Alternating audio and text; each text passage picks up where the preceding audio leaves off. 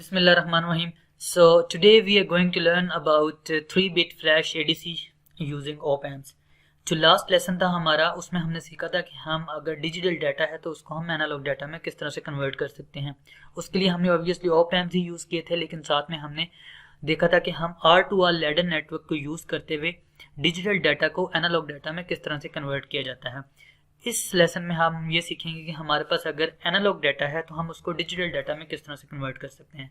हम 3-बिट एडीसी बनाएंगे, मतलब कि आउटपुट जो डाटा होगा डिजिटल डाटा वो हमारे पास 3-बिट में होगा।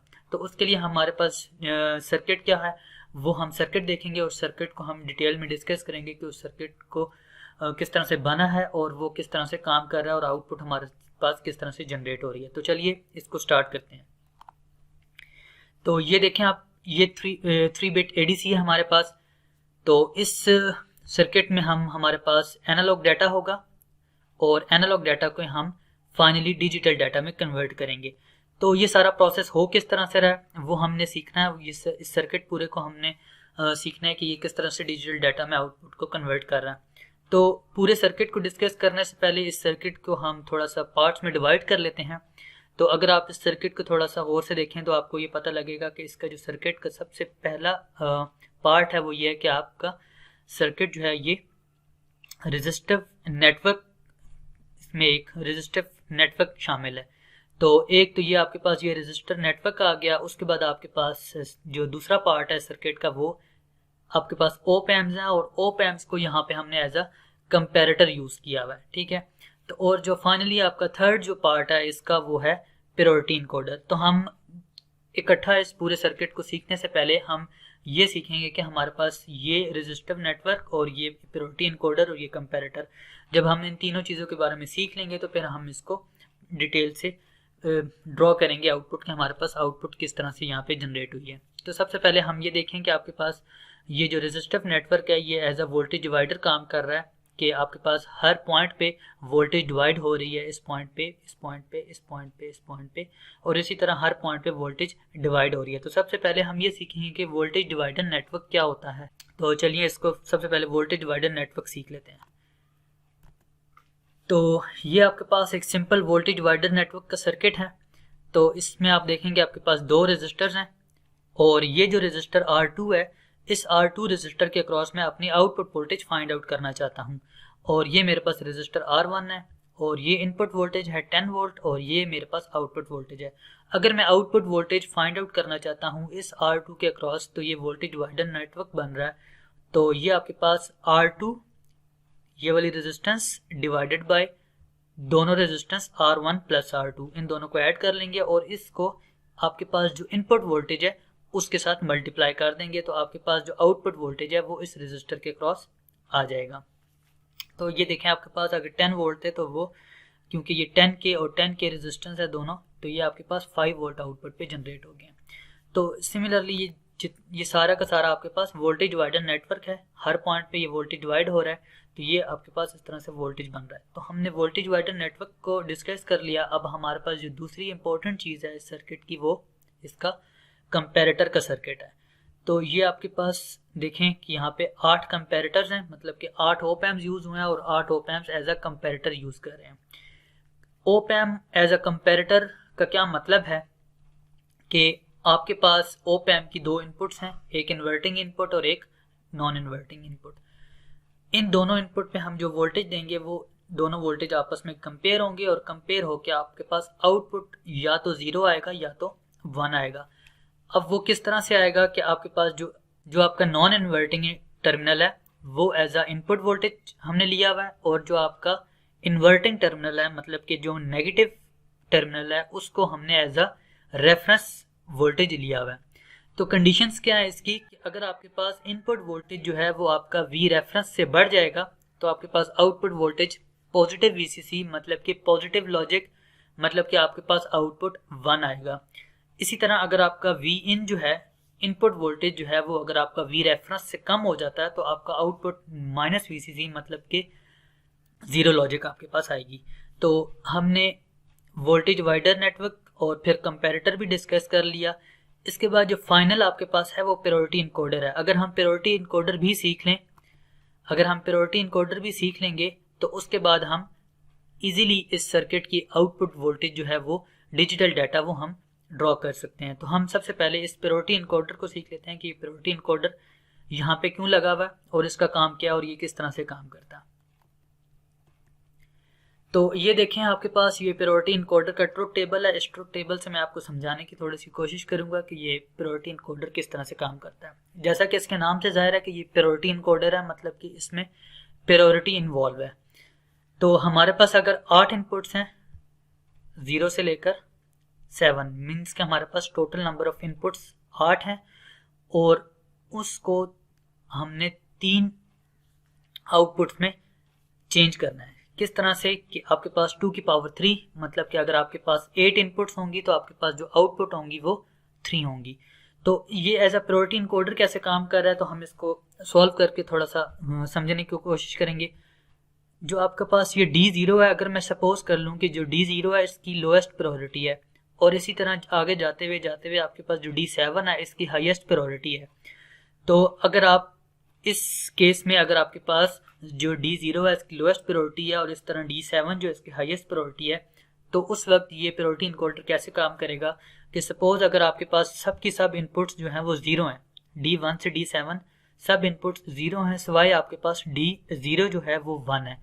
तो इसका मतलब है कि इसकी लोएस्ट प्रायोरिटी तो और ये 1 है, तो इसका मतलब हुआ कि ये D0 है तो आउटपुट पे 0 जन आ जाएगा, 0 0 0 बाइनरी में 0 आपके पास प्रायोरिटी इनकोडर जनरेट करेगा। लेकिन ये स्टेप इंपॉर्टेंट है, ये और से सुनिएगा कि अगर आपके पास D1 जो है वो 1 हो जाता है, बाकी जितनी भी आपके पास इनपुट्स हैं वो सब 0 हैं, लेकिन जो आपके पास D1 है वो 1 हो जाए तो हम D0 को नहीं देखेंगे। D0 इस वक्त हमारे पास डोंट केयर कंडीशन में चला जाएगा। डोंट केयर कंडीशन में इसलिए चला जाएगा क्योंकि आपके पास जो प्रायोरिटी है वो D1 की प्रायोरिटी आपकी D0 से ज़्यादा है, क्योंकि हमने कहा कि D0 की लोएस्ट प्रायोरिटी है और इसी तरह से प्रायोरिटी आगे से बढ़ती जा रही है। तो अगर D1 जो है वो 1 हो गया है तो हम D0 चाहे 0 है या 1 है ये हमारे लिए मैटर नहीं करता। तो हम आउटपुट पे D1 मतलब के आउटपुट पे बाइनरी 1 जनरेट करेंगे, मतलब 0 0 1 आउटपुट पे जो इनकोडर आपका जनरेट कर देगा। इसी तरह अगर सपोज करें आपके पास D4 जो है वो 1 हो जाता है तो हमारे लिए बाकी जितने भी इनपुट्स हैं D0 1 2 और 3 वो सब की सब आपके पास डोंट केयर कंडीशंस में चली जाएंगी। डोंट केयर में इसलिए चली जाएंगी क्योंकि D4 की जो है वो हाईएस्ट प्रायोरिटी है। जब D4 की हाईएस्ट प्रायोरिटी है तो इससे कोई फ़र्क नहीं पड़ता कि बाकी जो D0 D1 D2 D3 की 0 हैं या 1 है, हम सिर्फ D4 को देखेंगे और D4 का मतलब है कि आउटपुट पे बाइनरी में 4 जनरेट कर देंगे जो कि 1 0 0 होता है। इसी तरह सपोज हम लास्ट वाला ये देख लेते हैं कि अगर हमारे पास D7 है और D7 जो है आपके पास वो 1 हो गया है तो बाकी जितनी भी आपके पास इनपुट्स हैं वो सब की सब डोंट केयर कंडीशन में चले जाएंगे, क्योंकि D7 की जो आपके पास प्रायोरिटी है वो हाईएस्ट प्रायोरिटी है। तो जब D7 आपके पास 1 हो गया तो इसका मतलब कि आउटपुट पे अब आप 7 जनरेट करेंगे, बाइनरी में आपके पास 7 आ जाएगा। तो इस तरह आपका ये जो प्रायोरिटी इनकोडर्स है ये आपकी 8 to 3 बिट इनकोड कर रहा है आपके डाटा को। तो सेम हम अब इस प्रायोरिटी इनकोडर को अपने सर्किट में यूज करेंगे जो कि हमने ADC बनाया है। यहाँ देखें, तो अब हम देखते हैं इसको कि ये पूरा का पूरा सर्किट किस तरह से काम कर रहा है। सपोज करते हैं कि मेरे पास जो एनालॉग इनपुट है इस वक्त वो 2.5 वोल्ट है और जो आपके पास V रेफरेंस है वो 5 वोल्ट है। अब अगर V रेफरेंस आपका 5 वोल्ट है और आपके पास ये टोटल रजिस्टर काउंट करें 1 2 3 4 5 6 7 8 9, टोटल रेजिस्टेंस आपके पास 9 है और सारे के सारे आइडेंटिकल रजिस्टर्स हैं 1K 1K 1K 1K 1K 1K, सब के सब अगर आइडेंटिकल रजिस्टर्स हैं और आपके पास जो V रेफरेंस है वो 5 वोल्ट है तो इस वाले जो आपके पास ये D0 है कंपैरेटर है, ये आप देखें कि D0 D1 D2 इस तरह से ये D8, ठीक है। तो जो D0 है इस पे आपके पास क्या वोल्टेज जनरेट होगा, इस पे आप सिंपली आप क्या करेंगे कि 5 डिवाइडेड बाय 9, अगर आप 5 को 9 से डिवाइड कर दें, 5 को 9 से डिवाइड करेंगे तो आपके पास 0.55 वोल्ट आएंगे, ठीक है। तो इसका मतलब ये हुआ कि आपके पास अगर आपका V रेफरेंस 5 है तो और आपके पास जो D0 है वहाँ पे 0.55 वोल्ट जनरेट होंगे। इसी तरह आप 0.55 प्लस 0.55 करेंगे तो ये 1.10 आ जाएगा। इसी तरह 1.10 को दोबारा 0.55 ऐड करेंगे तो ये आपके पास 1.65 बन जाएगा। इसी तरह 1.65 में आप अगेन 0.55 ऐड करेंगे तो ये 2.00 बन जाएगा। और इसी तरह से आप जैसे ऐड करते जाएंगे 0.55 तो फाइनली आप 5 वोल्ट पे पहुंच जाएंगे। यहाँ तक बात क्लियर हो गई कि आपके पास हर पॉइंट पे वोल्टेज क्या क्या आ रहा है, ठीक है। तो आप ये देखें कि आपके पास इस पॉइंट पे 4.40 वोल्ट आ रहे हैं और इसी तरह से सारे के सारे आपने वोल्टेजेस फाइंड आउट कर लिए कि हर पॉइंट पे वी रेफरेंस की वोल्टेज क्या है। तो और हमने एनालॉग इनपुट है, तो एनालॉग इनपुट है, इसका मतलब है कि ये input time to time change हो रही है, एनालॉग इनपुट है। तो हम सपोज करते हैं कि इस वक्त हमारे पास जो वोल्टेज है वो 2.5 वोल्ट है। तो अगर ये वोल्टेज एनालॉग इनपुट आपके पास जो है वो वी इन जो है आपके पास 2.5 वोल्ट है, तो ये सब की सब पे 2.5 वोल्ट सब की सब इनपुट्स पे 2.5 वोल्ट आ जाएगा। सब की सब पे 2.5 वोल्ट जैसे ही आएगा तो वो बाकी जो भी वैल्यूज हैं आपकी वी रेफरेंस की, जो आपने आउटपुट वोल्ट वी रेफरेंस की यहाँ पे वोल्टेज डिवाइडर से आपने कैलकुलेट की हैं, वो सारी की सारी से कंपेयर होंगी और उनसे कंपेयर होने के बाद आपके पास आउटपुट वोल्टेज होगा। तो अगर आपके पास ये देखें 2.5 वोल्ट एनालॉग इनपुट है तो आपका वी इन जब आपका वी रेफरेंस से ज्यादा होगा तो आउटपुट वोल्टेज पॉजिटिव वीसीसी मतलब कि पॉजिटिव लॉजिक 1 आएगा। और अगर वी इन आपका वी रेफरेंस से कम है तो आपके पास नेगेटिव वोल्टेज मतलब कि 0 वोल्ट आएगा, 0 लॉजिक आएगा। तो इन सब की सब वैल्यूज में आपको देखें कि ये जितने भी आपके पास यहाँ पे इस पॉइंट पे वोल्टेज बन रहा है वो सब का सब जो है वो लेस देन 2.5 है। जब आपका ये लेस देन 2.5 है तो इसका मतलब है कि आपके पास ये वाली कंडीशन सेटिस्फाई हो रही है, तो आपके पास आउटपुट पे 0 लॉजिक मिल रहा है। इन वाली वैल्यूज पे जो आपकी ये वाली वैल्यूज हैं इन पे आपके पास देखें ये 0.55 1.10 इन सब वैल्यूज पे ये 2.5 से इन सब वैल्यूज से 2.5 ग्रेटर है, तो आपके पास ये वाली कंडीशन सेटिस्फाई हो रही है और आपके पास आउटपुट पे लॉजिक 1 आ रहा है।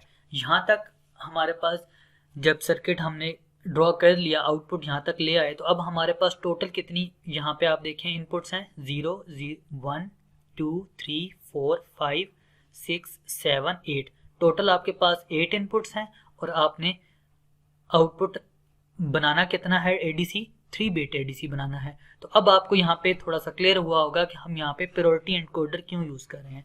प्रायोरिटी एनकोडर इसलिए यूज कर रहे हैं ताकि हमारे पास जो 8 इनपुट डाटा है, 8 इनपुट्स में डाटा है वो हमारा 3 बिट डाटा में कन्वर्ट हो जाए।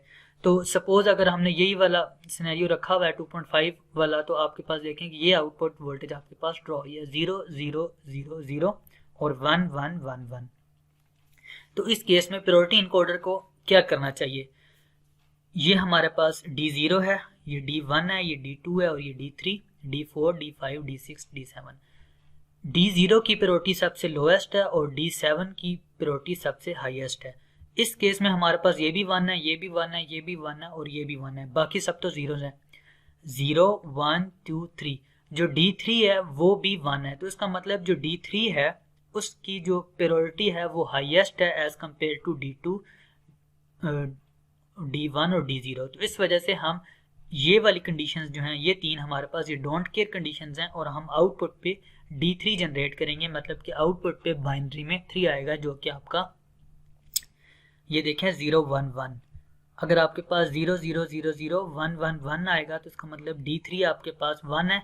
जब आपके पास D3 1 आ गया तो आपका जो प्रायोरिटी एनकोडर है वो 3 की प्रायोरिटी को मद्देनजर रखते हुए आपका आउटपुट जो है वो 0 1 1 जनरेट करेगा, मतलब कि आउटपुट पे आपका 3 बाइनरी में जनरेट हो जाएगा, जो कि आपके पास ये देखें ये आपके पास आउटपुट में 0 1 1 जनरेट हो गया।